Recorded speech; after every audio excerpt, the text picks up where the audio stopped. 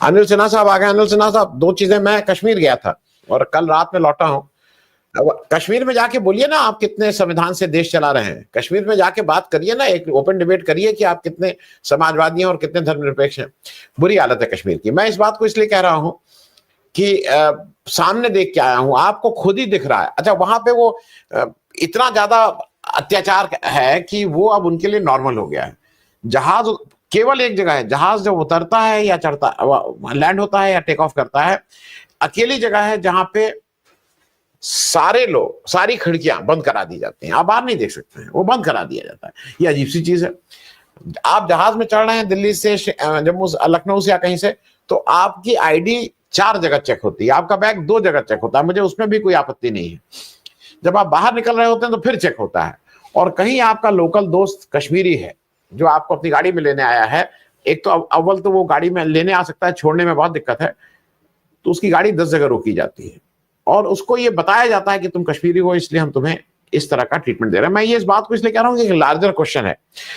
इंदिरा गांधी को अनिल सिन्हा साहब, हम सब लोग मिजाज में एंटी कांग्रेसिज्म से निकले थे। यहां से बहुत से लोगों को बता दूं, जो हम सब लोग जितने लोग बैठे हैं, हम सबके घर में, मेरे बड़े भाई, मेरे बहनों, मतलब मेरे घर में बहुत से लोग उस इमरजेंसी में जेल गए और जो सो कॉल यातनाएं हैं इमरजेंसी की, वो झेले।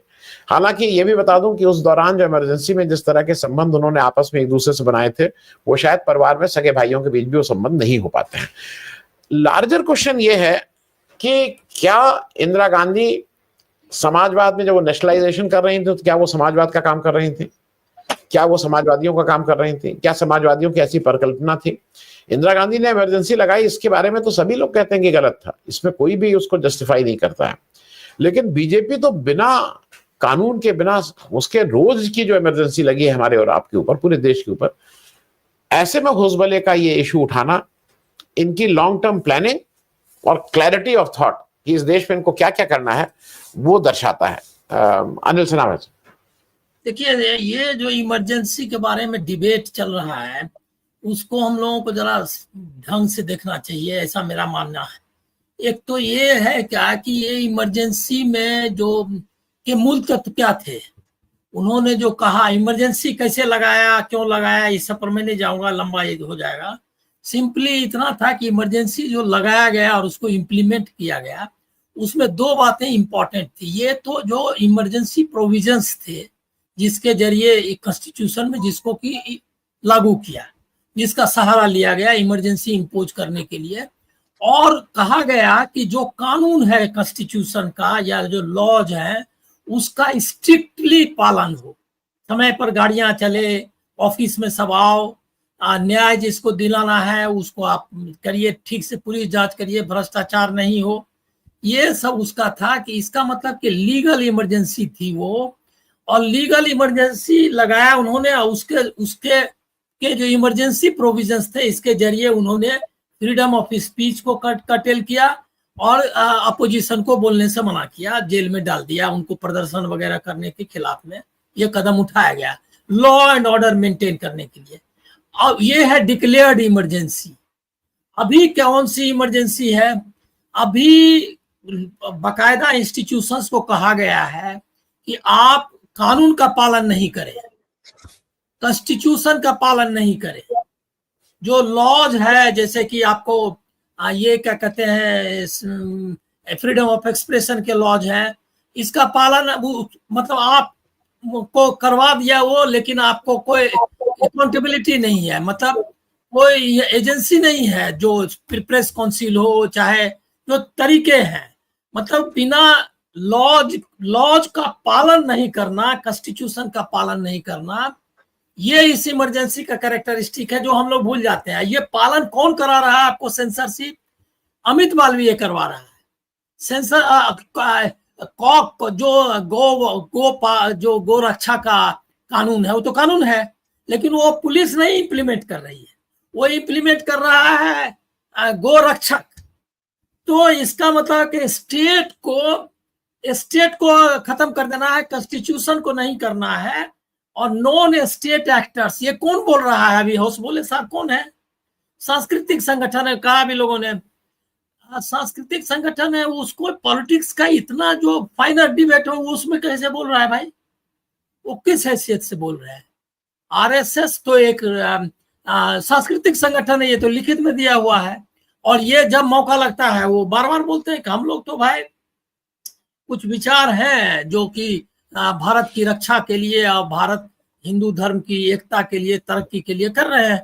तो फिर उनको समाजवाद और धर्मनिरपेक्षता का मुद्दा, जो कॉन्स्टिट्यूशन का, जो लॉ मेकर्स का काम है संसद का, उसके बारे में वो कैसे बोल रहा है? यही कैरेक्टरिस्टिक है इस आपातकाल का। इसमें नॉन स्टेट एक्टर्स अपने कानून आपसे पालन करवाएगा, कानून का पालन नहीं हो रहा है। ये लोगों ने ध्यान नहीं दिया। जो आप बोल रहे हैं कश्मीर में वो क्या हो रहा है, वो वहां पर स्टेट एजेंसीज को इन्होंने नॉन स्टेट एक्टर्स, जब कानून आप बोले 4 बार हो रहा है, इसका मतलब कानून के खिलाफ, कानून से अलग काम हो रहा है। जो सिटीजन के रूप में आपको मिला हुआ है कि आपका जब आप एंट्री करते हैं एयरपोर्ट में तो आपका एक सिक्योरिटी चेक होता है। इसके अलावा जो चेक हो रहा है वो मतलब इलीगल है और कानून द्वारा सम्मत नहीं है। उसके खिलाफ कोर्ट में जाया जा सकता है, लेकिन कोर्ट भी वही है कि वो नॉन स्टेट एक्ट जो लॉज हैं उसका पालन कर रहा है। जैसे बुलडोजर है। बुलडोजर क्या है? एक अगर हमको कोई किसी कानून के तहत अगर कन्विक्ट किया गया तो जो कानून में प्रावधान है कि 6 साल का या 10 साल का या जीवन भर का या फांसी लटकाने का, वो कानून द्वारा, वो फांसी लटकाने में भी एक नियम है, टाइम पर आपका स्वास्थ्य का चेक हो जाएगा, आपको अपने धर्म के जो भी धर्म आपका है उसके हिसाब से आपको तैयारी कर लेनी है, प्रार्थना करना, वो सब की आजादी है। उसका काम इतना है कि आपको स्टेट ने बोला है कि आपकी जान ले ली जाएगी इन अकॉर्डेंस विद लॉ, ये एज पर लॉ। ऐसा नहीं है कि कोई आके मार दिया, जैसे मुख्तार अंसारी है। मुख्तार अंसारी वाले केस में आप देख लीजिए, वो जो 2 अतीक अहमद, अब वो बिना कानून के उसको पुलिस के प्रोटेक्शन में उसको किसी ने मार दिया। अब ये है, यही इस आघोषिता का आपातकाल में है कि सिटीजन के रूप में जो आपका राइट है, एक कन्विक्ट के रूप में भी आपके राइट्स हैं, वो कोई मतलब आपका कोई राइट सीज हो जाएगा बिना किसी इमरजेंसी को लगाए हुए। यही इसी को वो एक्सटेंड कर रहे हैं होसबुले साहब।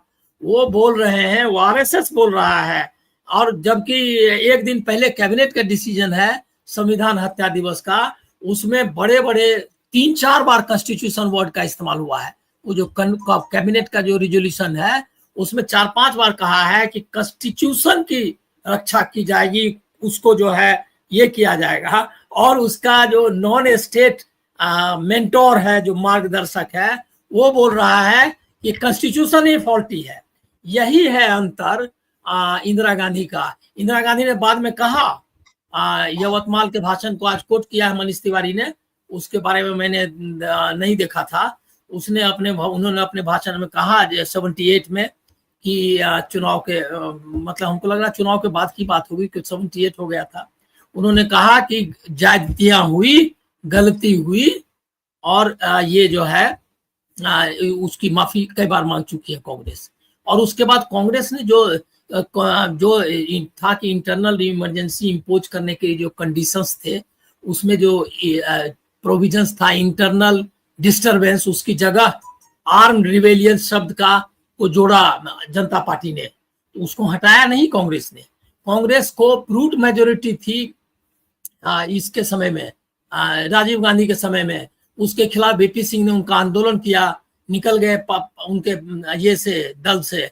उसके बाद बोफोर्स का इतना बड़ा एजिटेशन हुआ, लेकिन उसने कोई इमरजेंसी प्रोविजन का इस्तेमाल नहीं किया।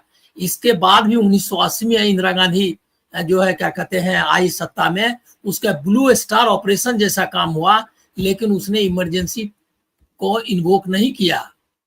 तो इसका मतलब है कि कांग्रेस, इसमें सबसे बड़ा प्रॉब्लम क्या है कि जो इवोल्यूशन है डेमोक्रेसी का, उसको डिनाई करता है बीजेपी, करती है आरएसएस। जैसे इवोल्यूशन कांग्रेस इवॉल्व हुई 1977 के बाद, 75 की इमरजेंसी के बाद कांग्रेस इवॉल्व हुई, 4 बार टूटी भी, वो कई बार टूटी, 4 बार क्या। उसके बड़े बड़े नेता अर्जुन सिंह भी उससे बाहर निकल चुके थे। एक बार नारायण दत्त तिवारी निकला, प्रणब मुखर्जी निकला, वो क्या कहते हैं मतलब कौन है, सबका नाम आप ले लीजिए, ढेर सारे लोग, उनको ये बात की बात है, इंदिरा गांधी की बात की बात। उसके पहले तो कांग्रेस कितनी बार टूटी और कितनी बार निकली, कितने लोग निकले, जो भी है पॉलिटिकल पार्टी जनसंघ को छोड़ करके वो सारी पॉलिटिकल पार्टी कांग्रेस से निकले हुए, चाहे राजा जी की स्वतंत्र पार्टी हो, चाहे कांग्रेस सोशलिस्ट पार्टी जो बाद में सोशलिस्ट पार्टी बन गई हो, सो जनसंघ को छोड़ करके, क्योंकि जनसंघ जो है वो जो उसकी पैदाइश है वो भारतीय स्वतंत्रता आंदोलन से बगल की पैदाइश है। वो जो है स्वतंत्रता आंदोलन से निकली हुई पार्टी नहीं है। ये बात आप ध्यान में रखिए। जो होसबोले बोल रहे हैं वो सही है, वो गोलवलकर पहले ही बोल चुके हैं। मैं लास्ट पॉइंट अपना कोट करता हूं गोलवलकर को। उन्होंने कहा क्या कि ये भारतीय संविधान क्या है। उन्होंने कहा भारतीय संविधान जो है वो जो यूनाइटेड नेशंस चार्टर के लंगड़े सिद्धांत, लेम वर्ड का इस्तेमाल हुआ है, लेम प्रिंसिपल्स, तो उसको लंगड़े सिद्धांत आप कह सकते हैं।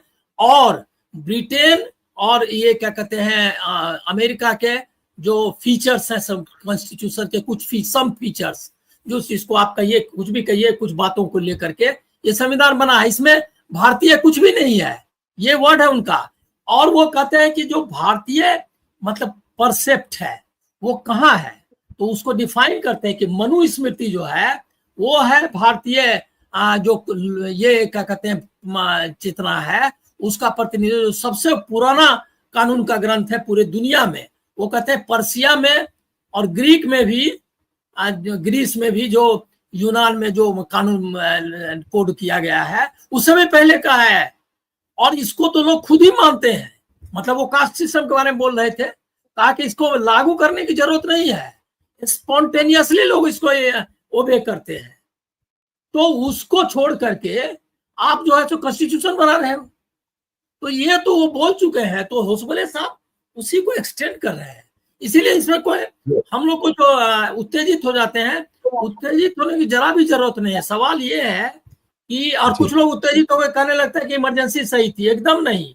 इमरजेंसी एक क्या कहते हैं, जब फ्रीडम स्ट्रगल से निकली हुई कांग्रेस और उसके नेता थी इंदिरा गांधी, तो उनको जो डेमोक्रेटिक ऑप्शंस है उसके तरफ देखना चाहिए था। इसका मतलब कांग्रेस में भी एक तरह की सड़ांध आ चुकी थी और जिसको कि पनपने दिया इंदिरा गांधी ने।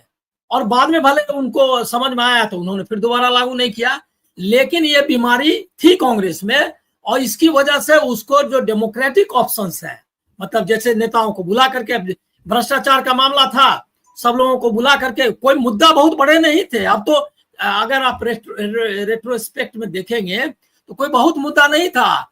मुद्दा था कि भ्रष्टाचार दूर करो, जो कॉन्स्टिट्यूशनल प्रोविजंस है, मतलब चुनाव का है या क्या कहते हैं विधानसभा, विधान ये का लोकसभा, ये सब ढंग से चलना चाहिए।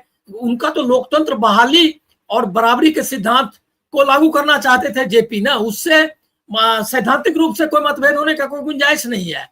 हालांकि अभी कुछ पॉइंट है इसमें कि अमेरिका एक नया जियो पॉलिटिक्स हो रहा था, जिसमें कि चीन और क्या कहते हैं अमेरिका एक साथ हो गया था निक्सन के बाद। उसके बाद पाकिस्तान उसमें मिल गया था। हमारा रूस के साथ हम गए थे। बांग्लादेश हमने बनाया था, पूरी दुनिया की नजर थी जो भारत विरोधी मतलब एंग्लो अमेरिकन एक्सिस जिसको आप बोलते हैं कि ये एक्सपेरिमेंट सक्सेसफुल नहीं होने देना है, टू नेशन थ्योरी को जिंदा रखना है, ये पाकिस्तान से अलग होना ठीक नहीं। ये सारी स्थितियां थी और उसके मुतालिक उनको एक्ट करना था, जो कि इंदिरा गांधी कह रही थी। लेकिन उन्होंने ये जो कमजोरी थी लोकतंत्र में, उसको लोकतांत्रिक ढंग से हल करने के बदले इमरजेंसी रूल प्रोविजंस का इस्तेमाल किया। यहां उनसे चूक हुई, इसमें कोई डाउट नहीं है। लेकिन चूक का मतलब ये थोड़ा ही है कि इसके लिए जो इंदिरा गांधी के समय चूक हुई थी, इसके लिए अभी राहुल गांधी और कांग्रेस को फांसी दे दी जाए। ये लोग यही कर रहे हैं। इनका इरादा ये नहीं है कि इवोल्यूशन ऑफ डेमोक्रेसी, इनका इरादा ये है कि इसके नाम पर डेमोक्रेसी को खत्म करना है कि कांग्रेस ही अनडेमोक्रेटिक थी, बाकी लोग ये आपको ध्यान देना है। ये फाइट यही है।